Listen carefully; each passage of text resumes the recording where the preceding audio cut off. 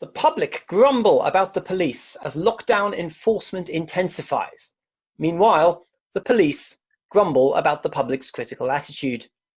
One unusual criticism came from an anonymous father who called a hotline saying, "Help, I'm on an illegal family fishing trip in Cornwall. For the love of God, will somebody come and arrest me? My kids' grumbling is driving me round the bend. At home, they said they wanted to go fishing. And as soon as we hit the road, they said they wanted to go home and play Minecraft." Having driven all night, the father alleged that police stopped him on 2 occasions, but both times they accepted his story that the fishing rods tied to the roof of his car were actually homemade ventilation devices being donated to a local hospital. "I even told them the long pointy bits go up your nose. But even then, they refused to get suspicious," he moaned. "I mean, what is wrong with policing in this country? It's almost like they wanted me to get away with it." Commenting in response, a Penzance police constable said they wouldn't be pressing charges, saying, "We hope Mr. Smith enjoys his long holiday and over the next few months of family fishing learns his lesson." My name's Andy, that's all fake news, and you're watching Alverstoke Antiviral.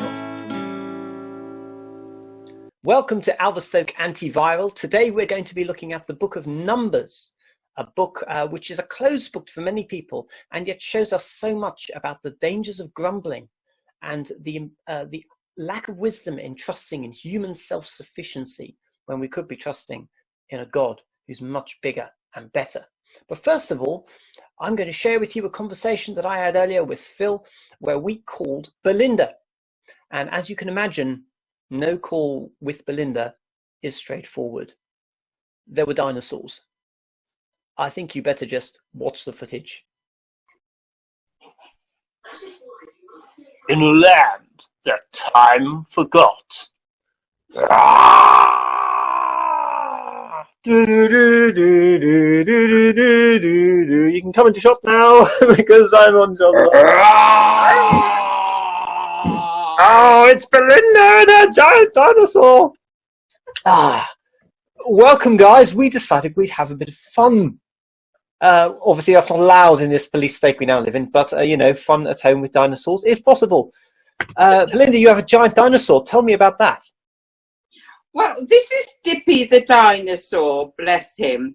My nephew, as some of you may know, recently had an epileptic seizure, and we were quite shocked by such a thing when he's just 4 years old. But he does have this wonderful love of dinosaurs, so we decided we would build him a dinosaur.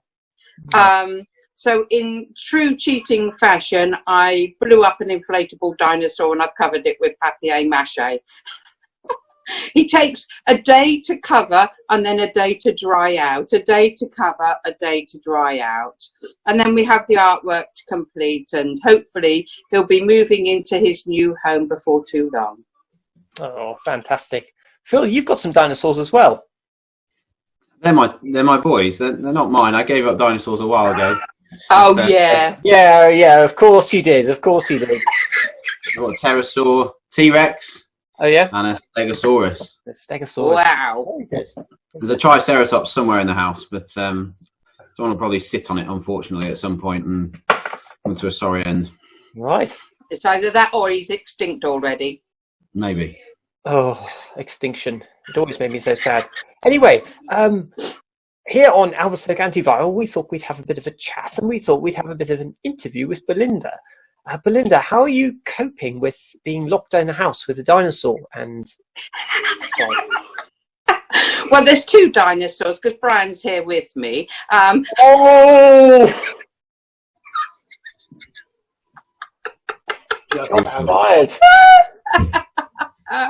But we're coping quite well. Haven't lost our sense of humour yet. And you found it though. Pardon? Have you found it? Oh, boy. Are you saying my version of humour is not what you consider to be the norm, then, Phil? Acquired taste, Belinda. An acquired taste, indeed. No, we're coping very, very well. We're very fortunate, and we've had lots of time to count our blessings. That's for sure. Good. And I heard you've been doing some singing. Is that right? Oh yes. Well, I've discovered quite a while ago now Premier Christian Radio, and I've got that on in the background all the time, so that gets me singing along whatever I'm doing, whether it's painting the ceiling or cleaning the windows or papier mashing a dinosaur, really. So I'm singing along to that, and there's lots of time for prayer in that program too. So in our life group a few weeks ago, we were talking about various changes that we would like to see happen before the virus hit, and one of us, I think most of us agreed that having more time to have our relationship with the Lord in our daily life was be something that we would absolutely relish, and we've been given that by the bucketful at the moment. So I'm so appreciated of the radio and your broadcasts as well, that every day there's something to be looking forward to, and I thank you for that. Nice. And what sort of stuff on the Christian radio do you tend to listen to? Is it music? Is it discussion? Is it other things? Yeah, well, I tend to just put it on when I come down into the kitchen, and it stays on until tea time, really. So whatever they present to me. On Good Friday, it was the Stations of the Cross, and I'd never heard that before. At the length that they had done that, it took 2 hours for them to go through the Stations of the Cross. And it was a phenomenal piece of broadcasting, very, very emotional, I thought. And then we've got lots and lots of lovely songs to lift our mood as well, so that really helps. And people are asking for prayers for many different reasons, and that keeps me very mindful of the real problems people are facing, and how they're coping and getting through it. Yeah, it's certainly hard when we're not able to meet together to sing. I mean, singing is one of the things which, some people church find easy, some people find it awkward. But when you can't meet and sing, you do lose some, and that's really hard to replicate. And I know of some churches which have tried to form bands and do online streaming, and I know of some online choirs as well who've recorded things. Yes. On a Friday morning, I was going to a choir, and our choir leader, Steph, she now produces a Zoom slot on our Friday morning, and I haven't been able to tune into it just yet, but the songs that she's hoping that we'll learn are all on there, and it's a chance for everyone to see each other too. I think it's very valuable. I think the way Zoom has taken off has been quite incredible. Yeah. Are you singing much, Phil, at the moment? Is there song and merry music in the Royal House? There's song when I put something on. I found the AC Easter playlist that Sophie shared useful, and I've put that on a few times when I've gone for a run, and I'll sing along to it. And sometimes I just put it on a speaker loud enough for the boys to hear, so they have to sort of engage with something. But yeah, it's not, we aren't singing like we are at church, and but yeah, I'll sing along to things when I can. Yeah, it's funny, isn't it? Because the Bible does command us to sing and make music in our hearts to God with thankfulness, and obviously we can't do that together, but there should be ways in which we can do that in isolation. I found myself singing alone in the house sometimes, when I'm trying to get sleep or something, or a song comes to mind, or you want to play a version of it and think about it, and it is a benefit, isn't it? Because not only does it get God's word or truths from God's word into your head, but it helps you connect with that emotionally, doesn't it? And it helps you to articulate those truths truly of yourself. There's a song on YouTube that someone shared with me. It's called "The Blessing." It's going round. It's by Hillsong in America, and it's just the promises of God actually sung over and over again, but really beautifully done, and really uplifting, and it just focuses your mind in a way that reading in a way that studying the Bible doesn't do. Song's just got something different that just stirs an emotion, that stirs something within us to worship and to praise in a way that we can't do it through other medium. Mm. Yeah, and I think this might be a good period for songwriters potentially. Stuck at home, for those who are of a songwriting persuasion. I don't know who we're talking to. Maybe out there's someone watching the stream who can be persuaded to pick up a guitar or piano and spend some time trying to write a song. Wouldn't that be a wonderful thing if we had music created by this? Are you listening to anything particular in terms of music, Belinda, when you listen to Christian radio or Christian music? Well, last night after University Challenge, Dolly Parton was on. Oh, yeah. And she is very much a Christian, and her songs speak a lot about her faith. Yeah. Brought up in a Christian family, and coming from a country background too. So that's an interesting take on things, and being American as well. Slightly different from AEC, but to know that there are links with people across the world through our faith and we share something in common. That's very rewarding, I think. So yeah, I do like listening to her music. And the other thing that I have been doing after our quiz night on a Saturday is tuning into YouTube and watching what Lloyd Webber is putting on for us. So this weekend it was Jesus Christ Superstar, and the last weekend before it was Joseph and his Technicolor Dreamcoat. So again, very much putting in mind the Bible to us, which is a lovely way of getting music into your mind and heart, I think. Right, I see. Do you know, I never really got familiar with those. It was slightly before my time-ish, and yeah, obviously, you know, there are issues with them in terms of biblical account and all that. But yes, yeah, I don't know. Maybe if you know them better than I will, you'll be able to see the points of connection better than I would. I've got a tune stuck in my head from when I was in year 5 and we did Joseph as a musical at school. I closed my eyes, drew back the curtain. Yeah, to see for certain. It's there forever.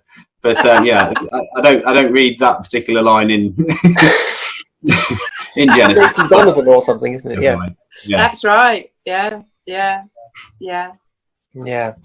Well, maybe that's an encouragement for us to think about what we listen to and what we sing and how we engage music, because we don't cease to be emotional, musical, singing people, do we? And I heard an encouragement recently where someone pointed out that when we sing and when we praise God in song, we are doing what we will be doing for all eternity. So what does the future hold for us? You know, who knows when we'll be out of lockdown?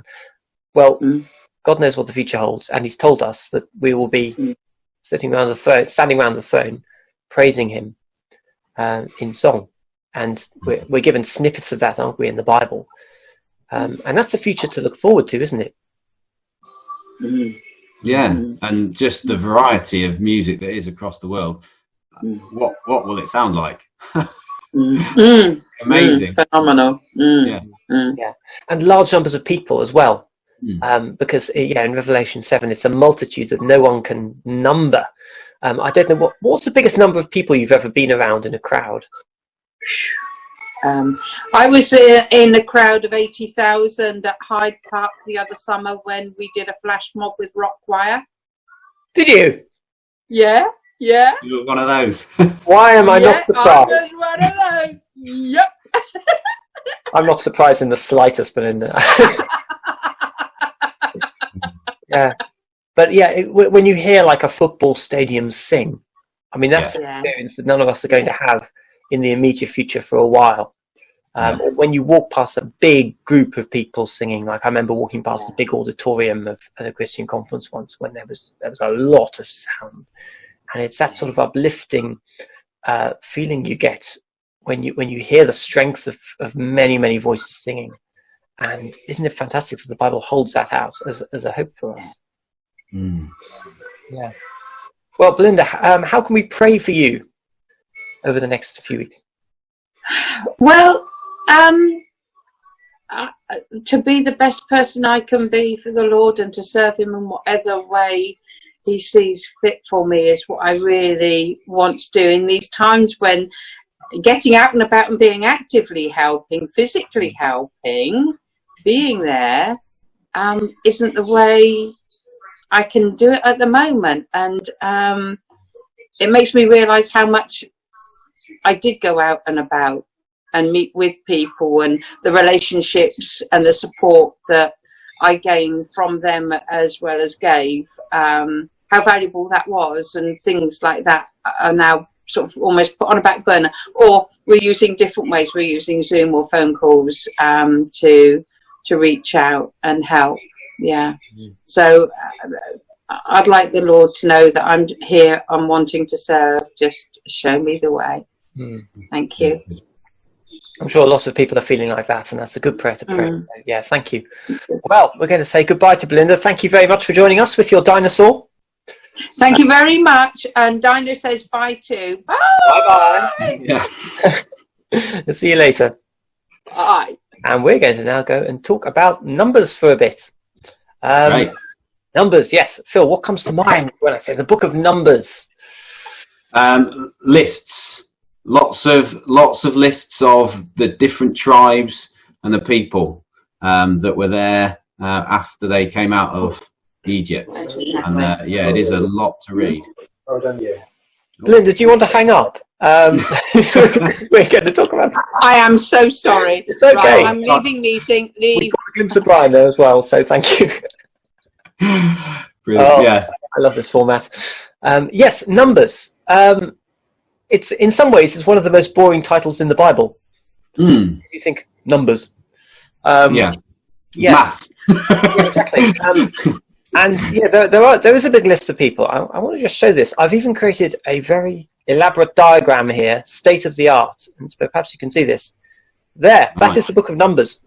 And the thing people don't understand about the book of Numbers is there's actually two censuses. There are two big head counts. There's a big one at the start, and that's why it's called Numbers. So the first 10 chapters are all about Israel parked at Sinai, getting ready to travel to the Promised Land. And they start off with a head count. And they count how many people there are in each tribe and all the rest of it. And I've got the figures here. It's 603,550 fighting age men. Fighting age men, too. A lot more. Yeah.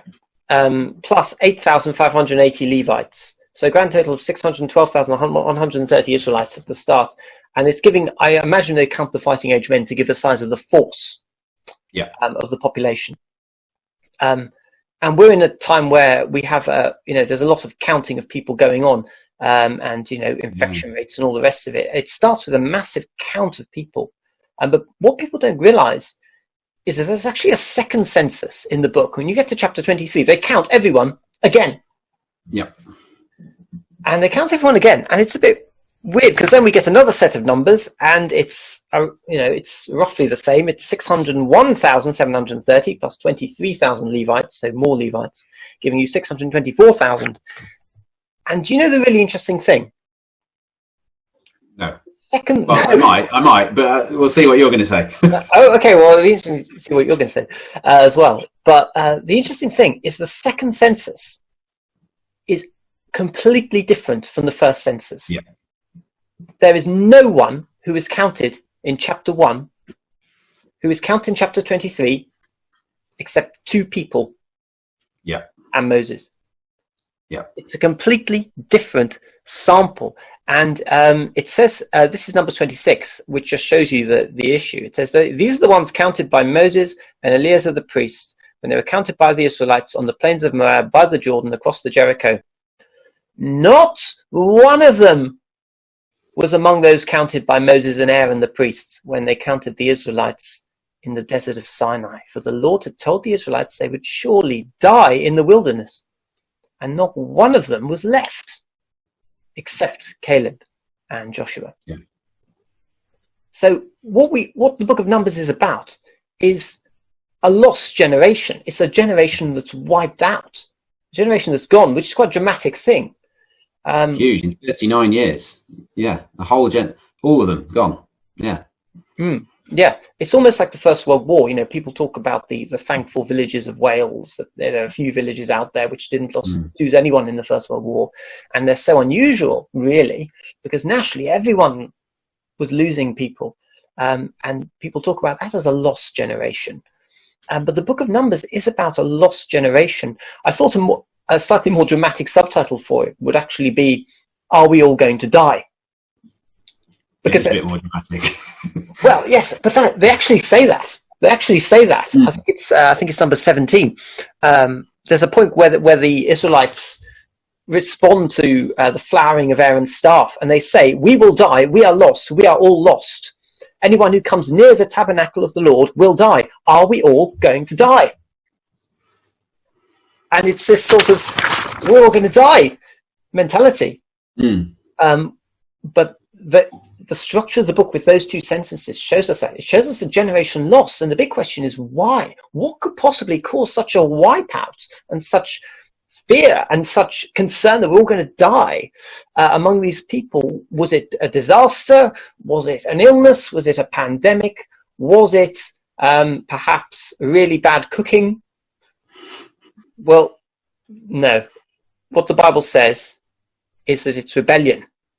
Because what happens is they set out in chapter 10, and then immediately we get rebellion, rebellion, rebellion, rebellion, rebellion. It's like one of those road trips where the kids are in the back of the car and they're fighting every step of the way because they want to be at home playing on video games, and they don't want to be in the car.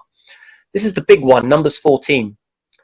That night, all the members of the community raised their voices and wept aloud. All the Israelites grumbled against Moses and Aaron, and the whole assembly said to them, "If only we had died in Egypt or in this wilderness. Why is the Lord bringing us to this land only to let us fall by the sword? Our wives and children will be taken as plunder. Wouldn't it be better for us to go back to Egypt?" And they said to each other, "We should choose a leader and go back to Egypt." Phil, what's your reaction to seeing that attitude in the mouths of people God had saved at the Red Sea?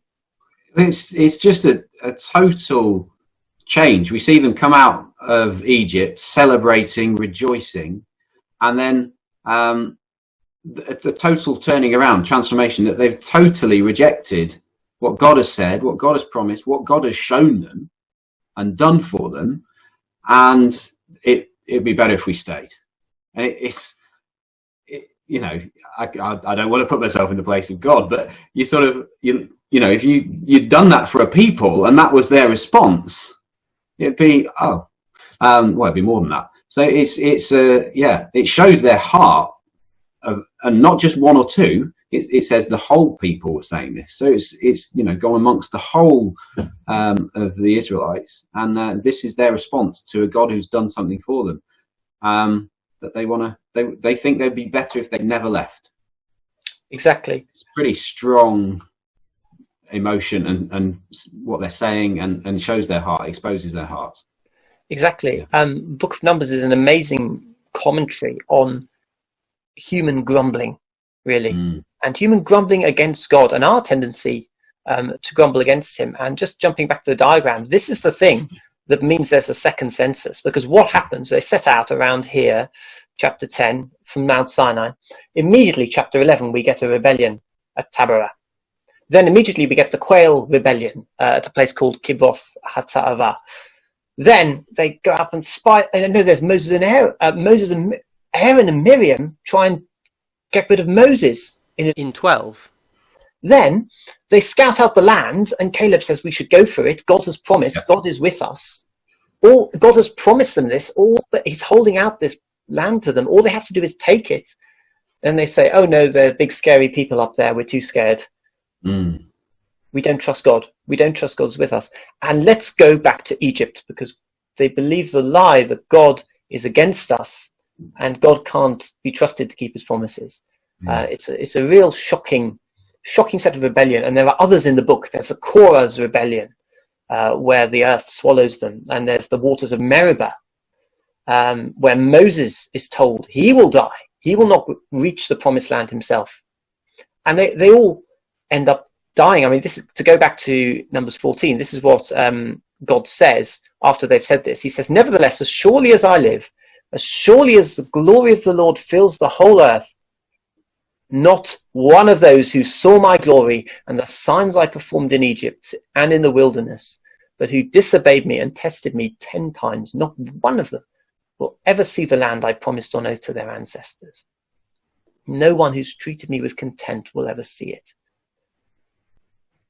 And what does that show us about God? What does that show us about him? It shows us that, well, God's glory fills the whole earth. He is so glorious. He is so amazing that sin against him and grumbling against him and this sort of ingratitude and disbelief, despite the evidence, not because there's no evidence, but despite the evidence, they've seen his glory, they've seen the signs he's performed, but these people have disobeyed and they've tested him. They've been hard-hearted. And therefore, what does it show us about him? It shows us that God is just and he is fair. He will give them, they want to go back to Egypt and die in the wilderness. They said that they prefer to die in the wilderness. He gives them what they ask for. And we get all these disasters in the wilderness. We get plagues. We get snakes. There's a snake judgment. There's diseases. There's fire from God. They get defeated by enemies at certain points because they try and take the land when God has said, "Don't take the land because you're going to now die in the wilderness." This entire generation. It shows us something about God, doesn't it, Phil? It shows us his reaction to sin, and it shows the danger of grumbling. Yeah, it shows its seriousness, and that, you know, God is glorious, and his glory is the sort of greatest thing, and it should be appreciated and seen. And when they react in the way they are, they're just turning away from God. They're saying actually their thoughts are better, their desires, their plans are better than anything that he has. And it's that lack of trust completely that needs to be dealt with. And God doesn't trifle with it. He is a God who will just rightly and correctly, and it's severe in this case. It shows God is not messing about when it comes to sin and grumbling. No. And Psalm 95 says that today, if you hear his voice, do not harden your hearts like they did in the wilderness generation. They're this sort of byword. And you see Aaron dies in the wilderness. Miriam dies in the wilderness. Moses makes it to the end of the book, but he's not long for this world. And the entire generation is wiped out except for 2 people, as a sign of God's opposition to grumbling. A friend of mine once used an illustration of the dishwasher. And he said when they got the dishwasher in the house, it was so amazing because no more washing up, no more nasty skin conditions from washing up liquid. And you just load it up and it does all the work for you. And it's amazing. And we love the dishwasher. It's such a blessing. And a few months in, he said, "Oh, I have to load the dishwasher. Such a burden. Why can't we just go back to the old ways?" And it's that attitude of grumbling at a blessing, which I think is the real danger.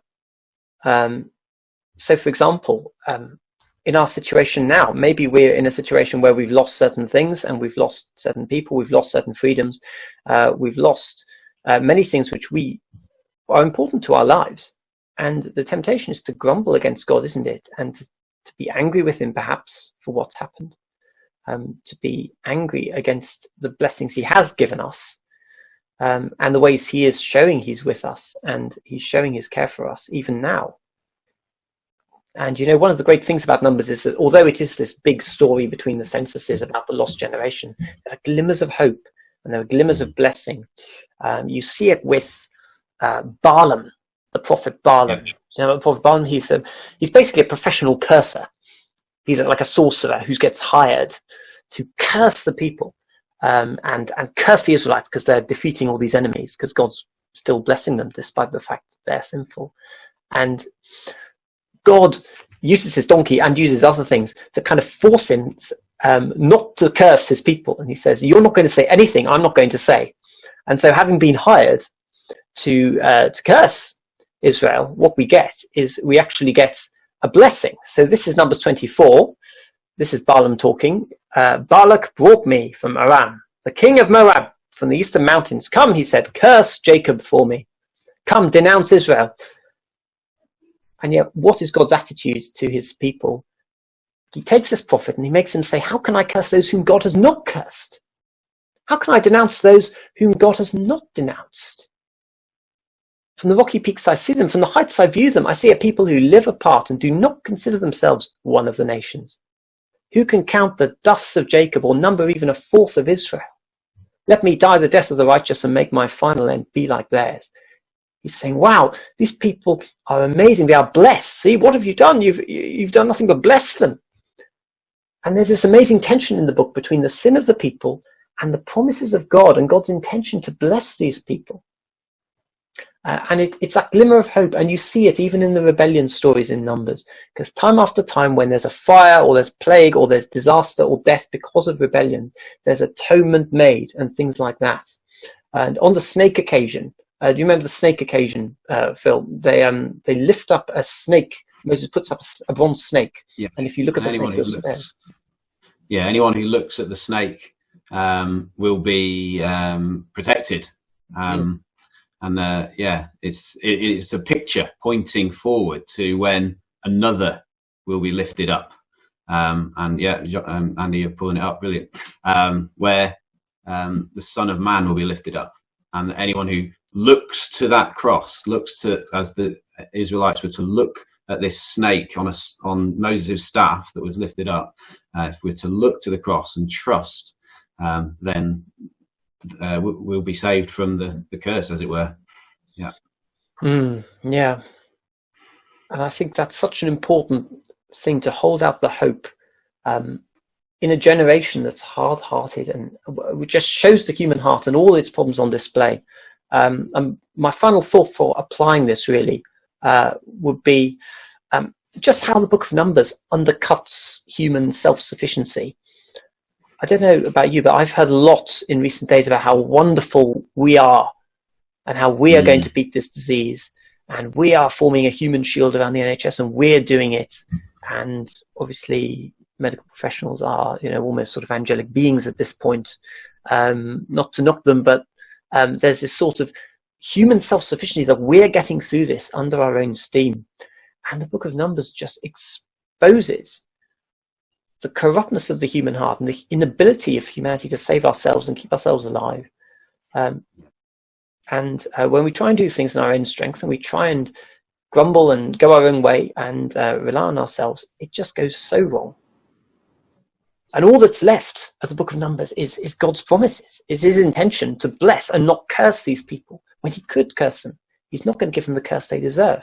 And we see that that's because of Jesus. And it's a pointer. But we need to remember that, don't we? Absolutely.